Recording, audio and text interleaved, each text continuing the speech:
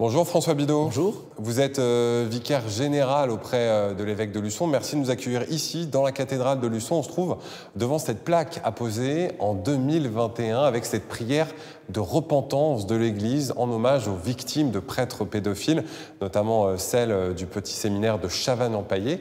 Est-ce que pour vous, aujourd'hui, ces scandales de pédocriminalité dans l'Église appartiennent uniquement au passé? Je ne peux pas dire qu'aujourd'hui, il n'y ait pas encore de risque de déviance de tel ou tel membre de l'Église, prêtre ou laïc.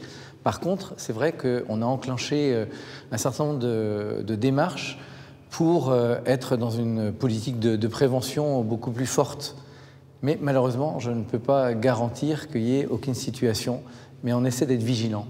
Quels sont justement les garde-fous mis en place par l'Église pour éviter que cela ne se reproduise ?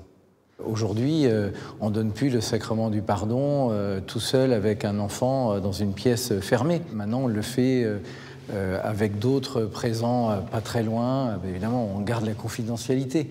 Mais bon, voilà, c'est un exemple.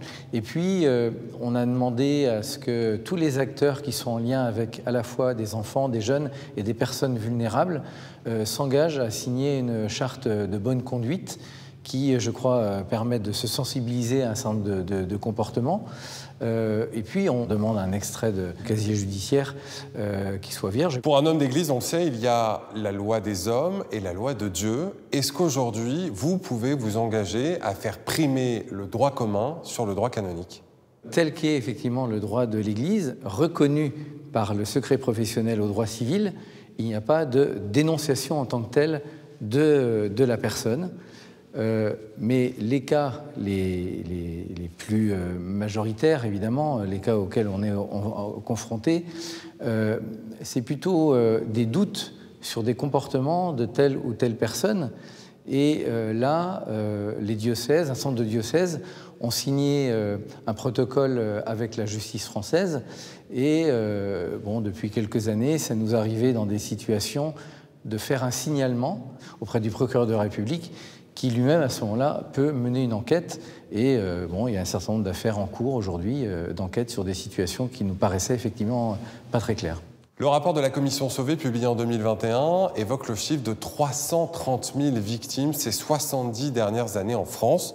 Est-ce que vous-même, vous avez été surpris par cette dimension systémique? Il faut comprendre ce qu'est la dimension systémique. Ça ne veut pas dire que tous les prêtres sont des pédocriminels. Ce qui veut dire, c'est qu'en cas de pédocriminalité, de manière systémique, l'Église n'adoptait pas les mesures qu'il aurait fallu prendre. J'ai eu des témoignages de personnes en responsabilité qui disaient, bon voilà, on pensait qu'en déplaçant la personne, ça allait lui passer, etc. Bon, là, effectivement, dans la manière de ne pas bien traiter les situations, il y a un système qui n'était pas ajusté, clairement. Comment vos fidèles ont-ils accueilli ce rapport de la Commission Sauvé? Est-ce que certains ont perdu la confiance qu'ils plaçaient dans l'Église ou tout simplement leur foi? Un certain nombre de gens ont pu partir sur la pointe des pieds, mais pas seulement à cause de ces questions-là. Il y a une diversité de regards. Certains ne veulent pas encore regarder en face cette question-là, parce que sans doute ça vient perturber trop peut-être leur idéal, ou peut-être aussi leur propre histoire. Sur les 330 000 victimes évoquées, seules 2000 ont saisi des commissions pour être indemnisées. On demande à ces victimes d'auto-évaluer leur propre préjudice sur une échelle de 1 à 7. Et les propositions d'indemnisation sont plafonnées à hauteur de 60 000 €. Qu'en pensez-vous? Le dommage est irréparable. Et la démarche de réparation financière, c'est un des éléments qui permet la restauration, la reconstruction de la personne.